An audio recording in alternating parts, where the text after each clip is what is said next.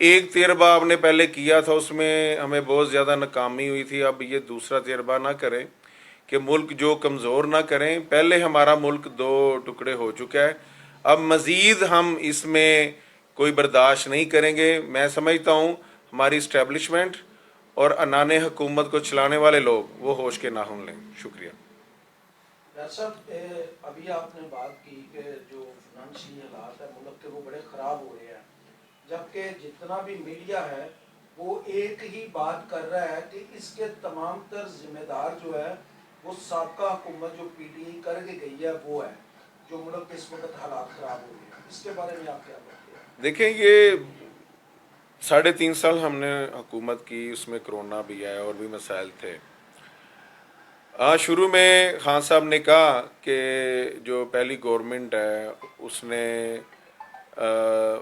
جو معاشی پوزیشن تھی جب ہم نے گورنمنٹ لی تو کوئی اتنی اچھی نہیں تھی، لیکن ہم تو ان کو $21 ارب کے لگ بھگ ہم ریزرو دے کے گئے تھے. اور جب یہ رجیم چینج کر رہے تھے تو خان صاحب نے کہا تھا عنان حکومت کرنے والوں کو کہ ملک کا بیڑا غرق ہو جائے گا.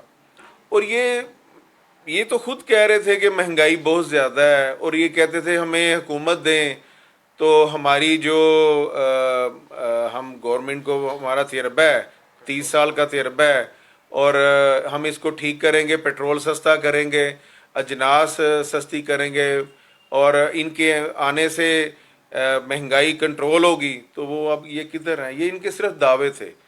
ان کو صرف شوق ہوتا ہے حکومت لینے کا. سب سے پہلے اگر انہوں نے حکومت لینی ہے تو یہ آتے ہی اپنے اخراجات کم کرتے، وزیر اعظم ہاؤس کے اخراجات کم کرتے، پریزیڈنٹ ہاؤس کے اخراجات کم کرتے، گورنر ہاؤس کے اخراجات کم کرتے، بیوروکریسی کے اخراجات کم کرتے. جو سب سے زیادہ اس وقت لوٹ مار ہمارے ملک میں ہو رہی ہے وہ فوج اور بیوروکریسی کر رہی ہے. بیوروکریسی اور فوج کو کوئی پوچھنے والا نہیں ہے. بیوروکریسی جو ہے ان کو ہر چیز فری میں مل رہی ہے، اور فوج کو میں سمجھتا ہوں کہ ہمارے جو بیوروکریٹس ہیں ان کے اتنے بڑے محلات 40 50 100 کنال کا وہ ان کا گھر ہے، ان سے لے کے اب کوئی یہ کلونی تھوڑی ہے. پاکستان ایک آزاد ملک ہے. یہ جتنے بھی بیوروکریٹس ہیں 18 20 22 گریڈ کے، ان کو ایک 10 مرلے کا یا ایک کنال کے مکان میں رہنا چاہیے. اخراجات کم کریں اور انشاءاللہ پاکستان. دیکھیں پاکستان میں عمران خان کو جب گورنمنٹ کی ملی تھی، خان صاحب نے صرف 2 اقدام کیے 3.5 سال میں. ایک تو انہوں نے اپنا خرچے کم کیے اور دوسرا انہوں نے کرپشن ختم کی. تو اسی سے اکانومی جو ہے وہ کھڑی ہو گئی. تو یہ لوگ اس طرح کر نہیں سکتے. وہ جو ہمارے وزیر خارجہ صاحب ہیں 1 ارب چند کروڑ وہ خرچ کر کے آئے، غالباً 1 ارب کوئی 60 کروڑ کے لگ بھگ، 76 کروڑ کے لگ بھگ. تو وہ سمجھتے ہیں کہ ان کے یہ دورے جو 17 دورے انہوں نے کیے ہیں، کیا پاکستان گرے لسٹ فیٹف سے ان کی وجہ سے نکلا ہے؟ وہ سارا کریڈٹ خود کو دے رہے ہیں. تو میں سمجھتا ہوں یہ صرف خالی جمع خرچ کرنے والے لوگ ہیں. اور جتنا بھی میڈیا ہے 90% میڈیا کو تو یہ پیسے دے کے خرید لیتے ہیں. ڈاکٹر صاحب آپ نے اپنی بات میں یہ کہا، اسٹیبلشمنٹ کو مخاطب کرتے ہوئے کہا کہ میں انہیں یہ کہنا چاہوں گا کہ آپ کا شہباز اسپیڈ والا تجربہ بھی ناکام رہا اور اس سے پہلے بھی آپ کا تجربہ ناکام ہی گیا ہے. تو شہباز اسپیڈ سے پہلے والا جو تجربہ تھا وہ آپ عمران خان کو ریفر کرنا چاہ رہے ہیں کہ وہ ناکام ہو؟ دیکھیں آپ کو اچھی طرح پتہ ہے کہ جنرل گیلانی کو کون لے کے آیا تھا. جنرل گیلانی جو ہے وہ کس کو لے کے آئے تھے، اور ان کے متعلق تب کہا جاتا تھا کہ وہ ایک اچھا گھوڑا ہے اور خوب بھاگے گا. یہ نواز شریف کے متعلق کہا تھا. تو ان کی کچھ عرصے بعد ان کی اسٹیبلشمنٹ سے لڑائی جھگڑا ہو جاتا ہے.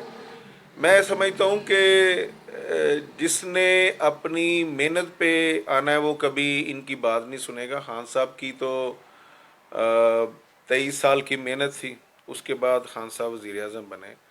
آپ کو پتہ ہے کہ جب ضیاء الحق کا دور تھا تو اس سے پہلے یہ الیکشن لڑے تھے غالباً گوال منڈی سے، تو 1000 ووٹ ملا تھا مجھے، میری جو انفارمیشن ہے. تو اس کے بعد جب ضیاء الحق صاحب کا دور آیا تو انہوں نے انہیں فنانس منسٹر بنایا، پھر اس کے بعد یہ وزیر اعلیٰ بنے. میں ان کی بات کر رہا ہوں. خان صاحب نے تو کبھی کوشش نہیں کی کہ اسٹیبلشمنٹ کی مدد کے ساتھ گورنمنٹ لی جائے. خان صاحب کا پہلے بھی سٹانس یہ تھا، اب بھی یہ ہے کہ اگر ان کو 2/3 سے اکثریت ملتی ہے دین وہ گورنمنٹ کریں گے، کیونکہ وہ چاہتے ہیں قانون کی بالادستی ہو.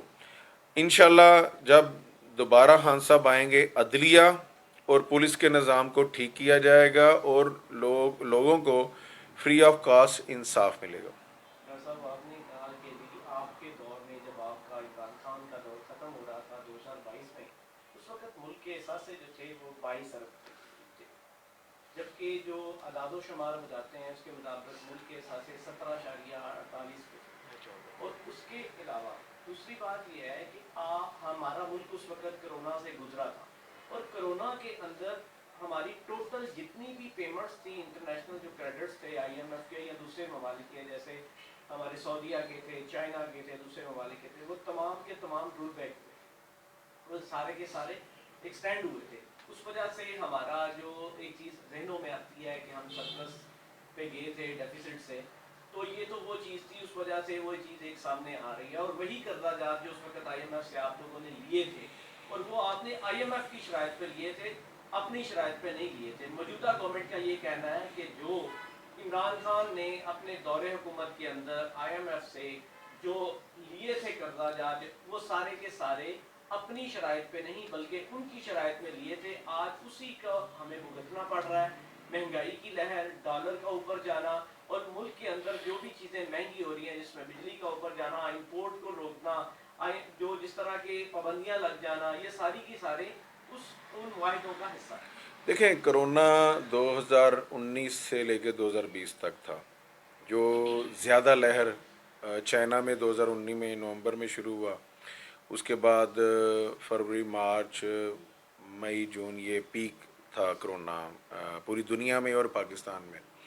آپ کے شاید علم میں ہوگا کیونکہ آپ میڈیا کے ہمارے دوست ہیں، اور میڈیا کے جو ہمارے پرسن ہیں ان کو وہ زیادہ ہم سے اویئر ہیں کہ 2020 میں آپ کو پتہ ہے کہ خان صاحب کو کہا گیا، سندھ گورنمنٹ نے بھی کہا اور ان اپوزیشن نے بھی شور مچایا کہ مکمل لاک ڈاؤن کر دیا جائے. لیکن ہم نے 1.25 ماہ کے بعد ہم نے لاک ڈاؤن اٹھایا تو ہم نے دیکھا کہ جو دہاڑی دار لوگ ہیں وہ پسنا شروع ہو گئے، بلکہ ان کے معاملات زیادہ اور غربت زیادہ، ان کے مسائل بڑھے. تو اس کے بعد ہم نے مختلف جگہ پہ ہم نے سمارٹ لاک ڈاؤن کی ٹرم جو ہے نا وہ ہم نے متعارف کروائی، اور سمارٹ لاک ڈاؤن کی جو ٹرم ہے وہ پوری دنیا نے خان صاحب کی اس چیز کو سراہا. اچھا، اس میں شاید آپ کے علم میں ہوگا کہ بنگلہ دیش اور انڈیا کی جو ٹیکسٹائل انڈسٹری تھی وہ زمین بوس ہو گئی، اور پاکستان کی جو ٹیکسٹائل انڈسٹری 2020 کے اینڈ میں، 2021 میں اور 2022 مارچ سے پہلے اتنا بوسٹ کبھی نہیں ملا ٹیکسٹائل میں. یہ جو بوسٹ تھا تقریباً 2-2.5 سال کا، یہ ایوب خان کے دور میں تھا. اتنا جو ٹیکسٹائل کا بوسٹ تھا یہ ایوب خان کے دور کے بعد اب ٹیکسٹائل میں عروج آیا.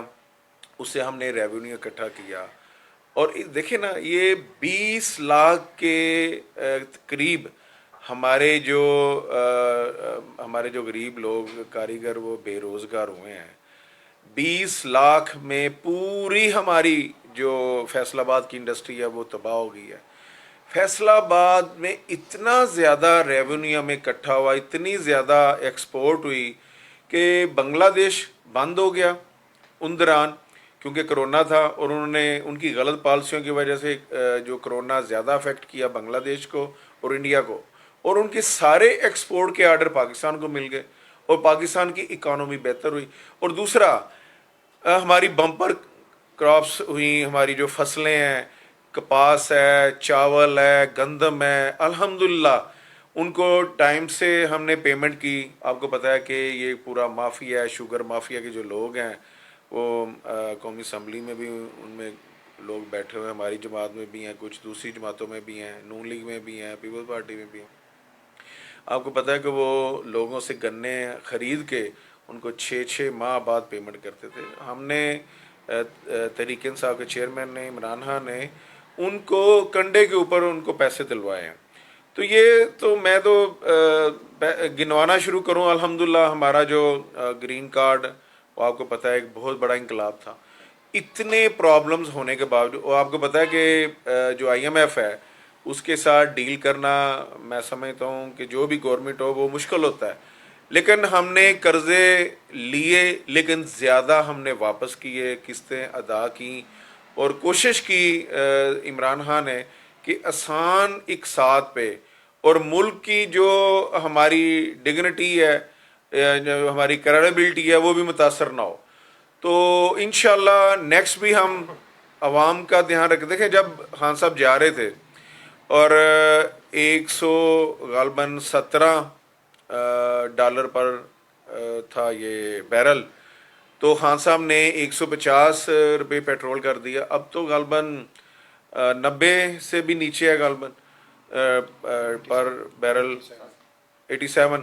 تو پیٹرول آپ دیکھ لیں 216 روپے مل رہا ہے. ڈاکٹر صاحب آج آپ کہہ رہے ہیں کہ ہماری معاشی صورتحال آپ کیونکہ ایک بزنس کمیونٹی کو پریزنٹ کر رہے ہیں, اس ٹائم پہ گجرانوالہ کی بزنس کمیونٹی کیونکہ مینوفیکچرنگ یونٹس ہیں ان کو پرابلم ہے اور امپورٹ میں بہت زیادہ پرابلم ہے کہ بینکس ریٹ نہیں دے رہے. پہلے اس کی شرط تھی کہ اسٹیٹ بینک سے اپروول آئے گی, لیکن یہ ساری چیزیں آپ کریڈٹ لیتے ہیں فیٹف کا کہ فیٹف سے پاکستان کو آپ نے گرے لسٹ سے باہر نکالا اور ایک اچھے کی امید پاکستان کو دلوائی.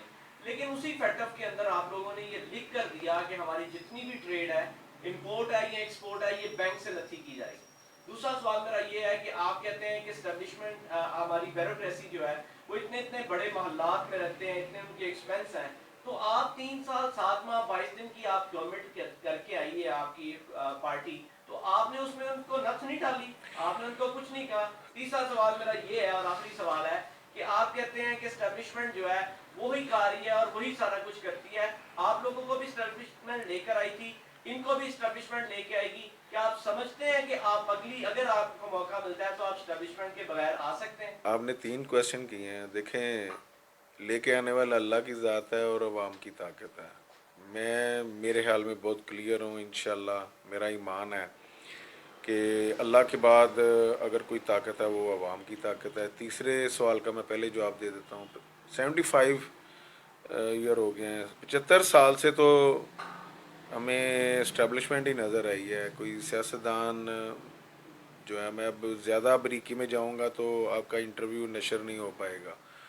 تو یہ چیز ہے کہ دیکھیں 75 ایئر سے تو ہم یہی دیکھ رہے ہیں کہ فوج یا نان حکومت ہے, فوج ہی سب کچھ ہے پاکستان میں.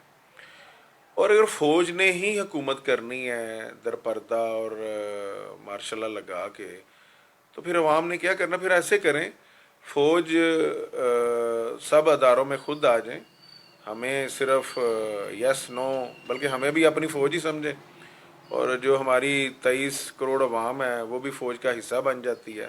لیفٹ رائٹ جیسے نارتھ کوریا میں ایسے ہی ہمیں کر لیں, اور ہمیں کہیں کہ آپ نے ایک کھیتی باڑی کرنی ہے وہ کھیتی باڑی کریں, یہ سٹائل بالوں کا رکھنا ہے وہ رکھ لیں.